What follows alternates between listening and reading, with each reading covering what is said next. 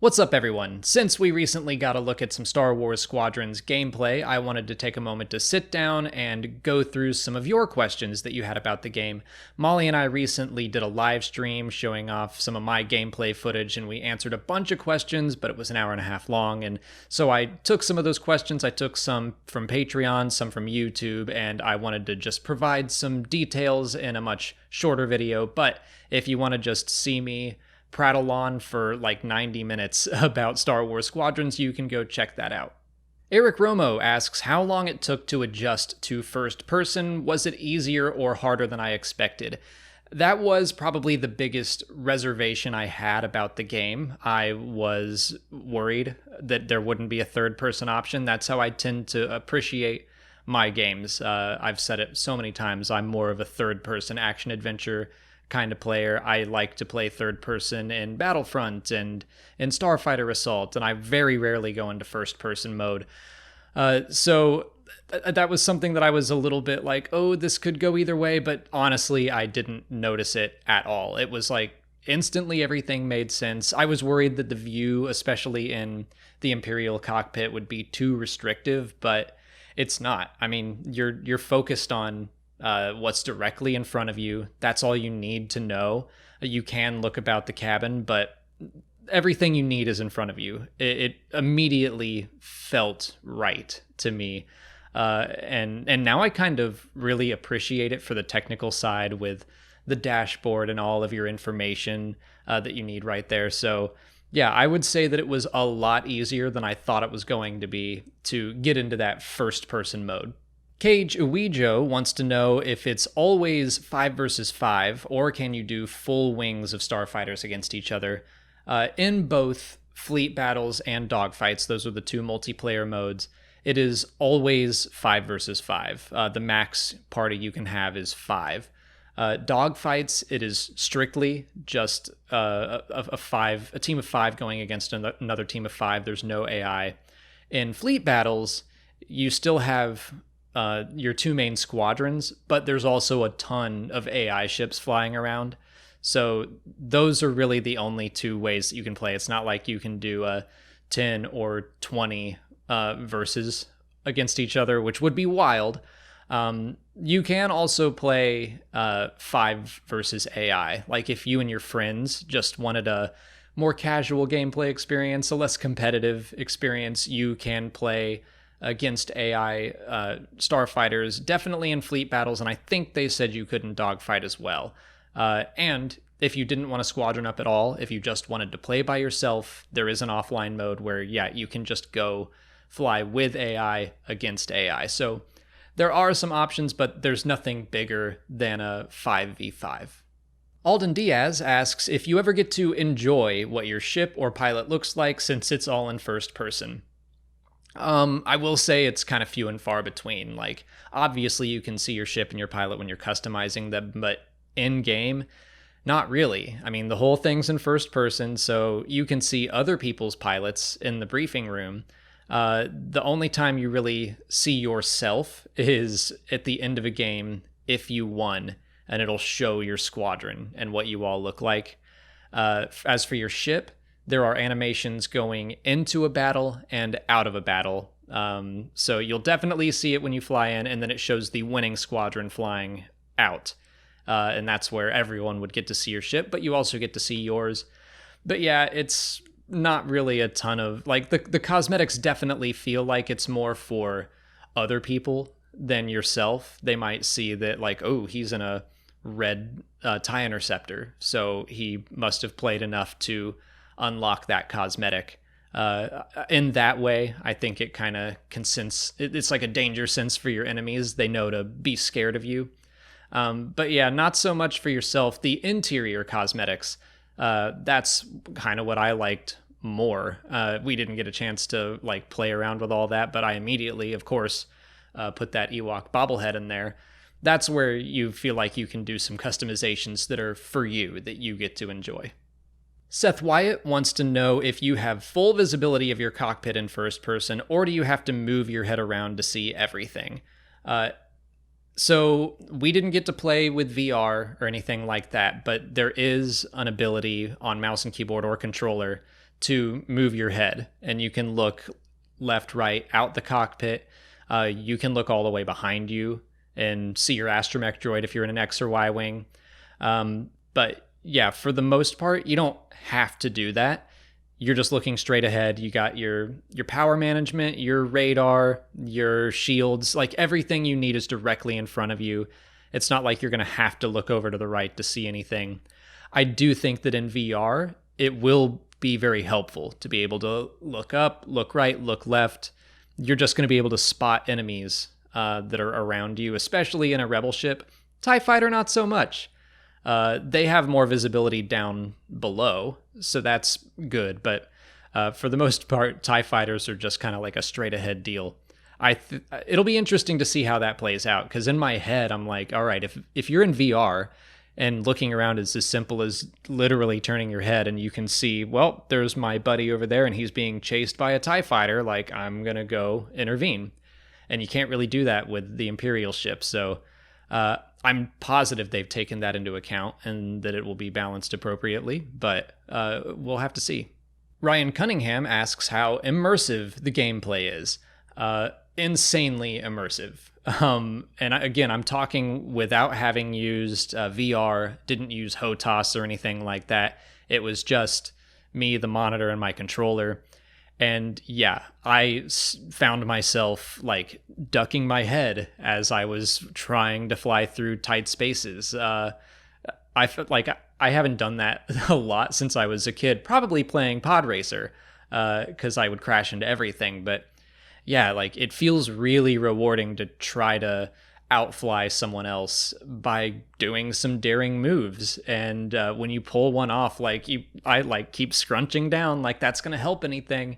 But I guess that to me is a sign of immersion and just being like, I am in this game and I am in some level of danger. And I feel like that's only going to improve when I'm able to play with VR. I'm on the fence about HOTAS now because the controller actually feels great. And especially if I'm in VR, it's going to be hard to know where all the buttons are. But I still think I'm going to borrow a friend's set just to try it because I want to feel as immersed as I possibly can. And I do think using the throttle is probably going to feel better with HOTAS. But yeah, I would say that just already the base game is very immersive. RJ's Day wants to know how easy or hard it is to hit a target and how easy or hard does it feel to get hit. I'm coming at this from a perspective of, I will say I feel like I'm pretty good at the game. I feel like I was able to dive in and I just understood the controls. There wasn't a learning curve. Someone like Molly, who, not throwing shade at my own wife, she just doesn't play nearly as many games as me. Definitely no flying games. She didn't play X-Wing growing up. So she was like having to learn the controls and kind of struggling with that. If you're familiar with games like this, if you played X-Wing versus TIE Fighter and Rogue Squadron and even Starfighter Assault, although the controls are very different, you still understand it. Like, you get the basics. And as far as shooting people, like, I found it pretty easy to track a target, chase them around. The reticle does not tell you where to shoot to lead. I think Starfighter Assault did that. And this one, you have your reticle, and it'll change a little bit when you are in range of a target, and then when you are leading them properly, it turns red. So that's when you know when to shoot. Otherwise, it's just white. So it's not like they just leave you completely in the dark and guessing and doing your best to lead. They just try to do it in a subtle enough way that it doesn't like take over the UI. As for getting hit, it felt easy to get hit as well, but not impossible to escape. I mean, like, there are definitely times where a pilot as good as me, or on my skill level, I should say, it's like, I know once this game opens up wide, I'm immediately not going to be great at it. Like, I feel good now. When everyone's playing the game, I'm going to be like, well, I'm garbage. But when someone was on my skill level, I found it difficult to shake them. I think the easiest way to get someone off your tail is using an appropriate, not a countermeasure, but you have different things that you can drop mines behind you, or you just outfly them, which even when I get outflown, it's fun. Like, I was having a great chase with someone, and they just did this move that I was not expecting, and I was like, well, like, I'm not even going to try to turn around and chase you. Like, that's amazing. I would say that it's feeling easy to me to both hit and be hit. But it all depends on your skill level, I think, and how familiar you are with flight games like this. Oh, one thing I meant to point out was that if you are having trouble hitting your enemies, I think there's a component you can buy for every single starfighter class that is a guided laser system. So basically, it's going to give you a larger cone, a larger targeting reticle, and it'll be a lot easier to hit your opponents, but they don't do as much damage. So you'll be shooting at them longer, but you will at least feel like you're hitting them. You are doing damage, and having been shot by that many times, it's scary. Like, even when your damage isn't going down that fast, it just scares you to know that there's someone on you and they keep shooting you, and it like provides this sense of urgency where you're trying to escape, and it gets in your head. So it is a pretty cool component, especially if you want to up your game a little bit. If you're having some trouble, that's there for you. Red Alert 33 asks if this game is going to be as hard as people say it is. Again, I think this is going to be a skill level thing. But it's a lot. There are a lot of controls. I mean, I've joked about this, but the X button on the Xbox controller does 5 different things depending on the ship you're in. If you are in a rebel ship with a shield, or any ship with a shield, it will put your shields back if you tap it. If you double tap it, it puts your shields all forward, and if you hold it, it rebalances your shields. If you're in a TIE fighter or something, tapping X will basically swap all of your power from engines into weapons, or vice versa. But like, one button doing 5 things is a lot. So I think it's more just you're going to get into this ship, and if you know flying games, you're going to be fine. You can fly, you can shoot, that's just right trigger. Locking on is L. Like, the basics are really easy to pick up. And I feel like my first few games, I was like getting used to managing my power until eventually that becomes second nature. And then I was getting used to using the targeting wheel. So instead of just targeting all of your enemies, you could target your own allies. And if someone says, hey, I need help, then you would be able to target your buddy and fly over and help them. You'd know where they are instead of having to like call out directions, which is nearly impossible. And I got to the point where I was able to do that pretty quickly. So it's more just, as you go on, you're going to pick it up. Like, nothing feels unintuitive. The only thing is, it's a lot. There's a lot to keep track of, but I think if you are familiar with games like these at all, you're going to pick it up pretty quickly. And like I said, even when you do get shot down, it feels cool. Like, it's a very odd game. I've never been frustrated with it yet. Everything feels like you have to earn it. I guess to jump back on that previous question, I mean, it does feel easy to hit a ship, and it does feel easy to be hit, but none of the starfighters are just made of paper. You're not going to explode with one hit. Like, it does feel like you have to earn every kill, and if you just get torn apart, it means that multiple people were on you, or like, I usually see what I was doing wrong. I was like, oh, I was just flying in a straight line and hoping for the best, and that's not ideal. So there is definitely a difficulty curve, but it's not impossible to master at all. I think I would just recommend you take everything one step at a time. Oh, and I should point out that there is a target practice mode. Like, you can just go in and spawn in different types of ships and practice fighting them, or you can just spawn in like a time trial race and practice flying quickly. So you don't have to learn everything while you're in a competitive game. Like, you can go into the practice mode and pick up everything there, and then you jump into dogfights and you'll be good to go. Chris's Cantina wants to know if you could feel the differences in controls of the ship. Absolutely, 100%. I mean, when you're in fleet battles, that's the one that I would say it feels kind of like Overwatch or any type of game where you need a team composition, where you need to work together. And yeah, if you are dogfighting in an A-Wing, the fastest ship, like, or the interceptors at all, an A-Wing or a TIE interceptor, if you're dogfighting and then you're like, hey, we need to go on a bombing run and we don't have any bombers, I'm going to switch.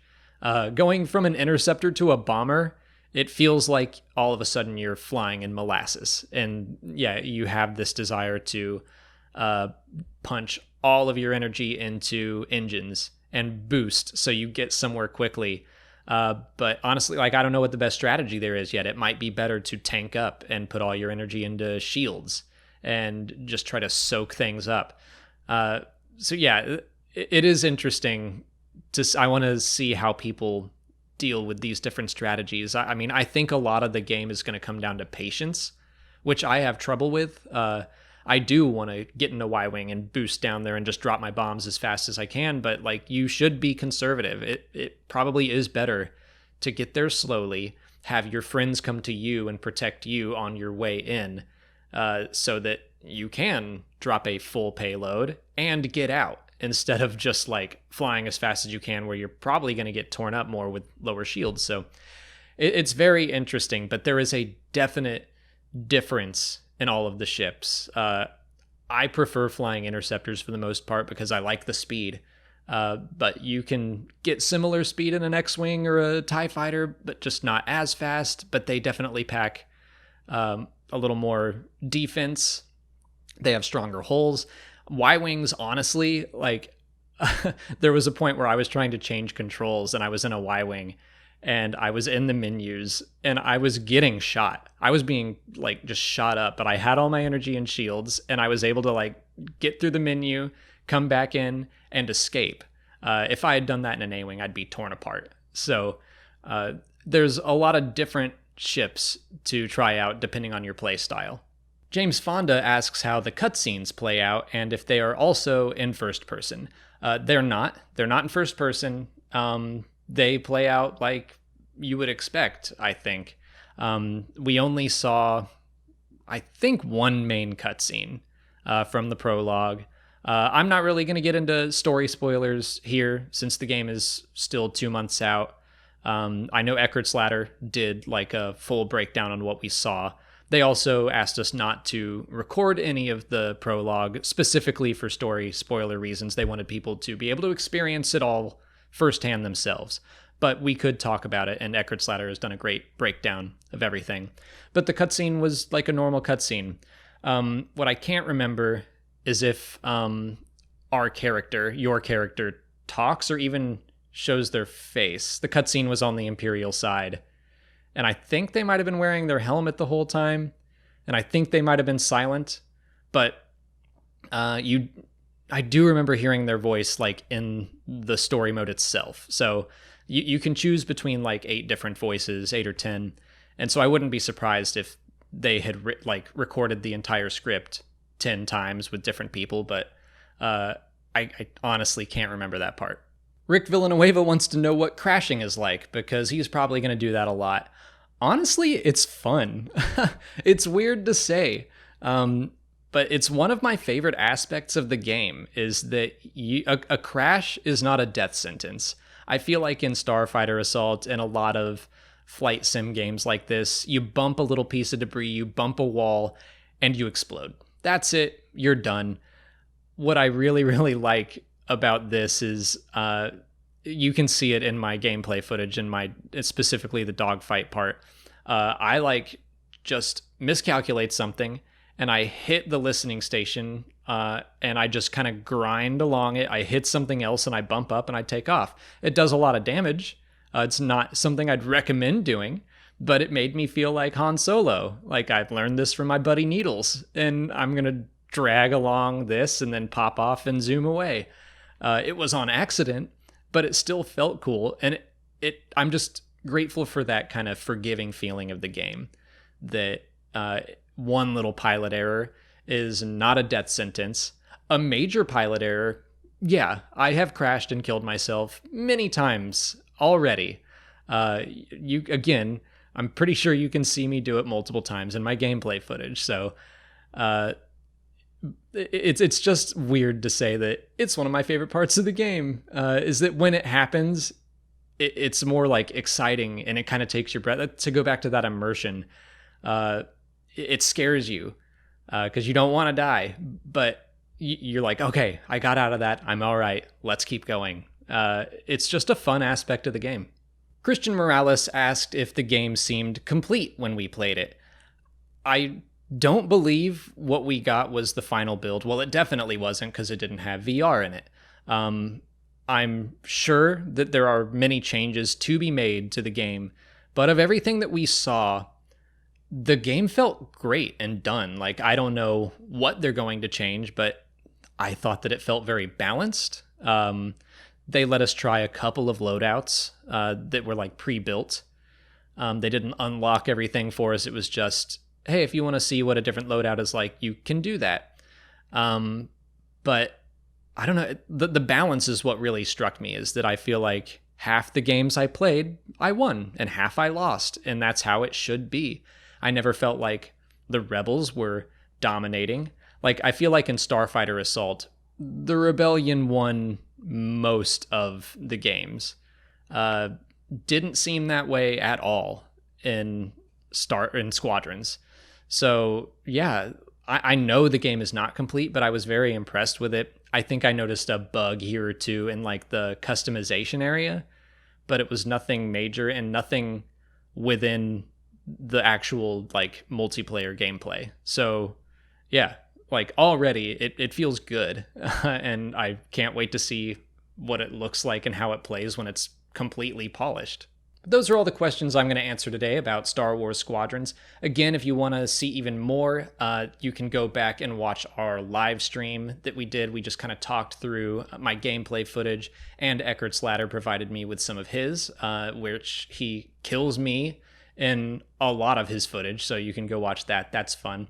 I answer even more questions. I'm even more rambly, but it was a fun time, and I mean, I'm very excited about this game. From what I've seen, and I know Eckhart Slatter is also very excited about it. I have yet to speak to anyone that played it that was underwhelmed. Everyone's expectations seem to have been met or exceeded, and mine have been exceeded. I can't wait to play it again, especially with all of you guys. So yeah, if you haven't already, please like this video, subscribe to the channel, follow us on Twitter, Instagram, and Facebook, and consider checking out our Patreon page. As always, thanks for watching, and may the Force be with you.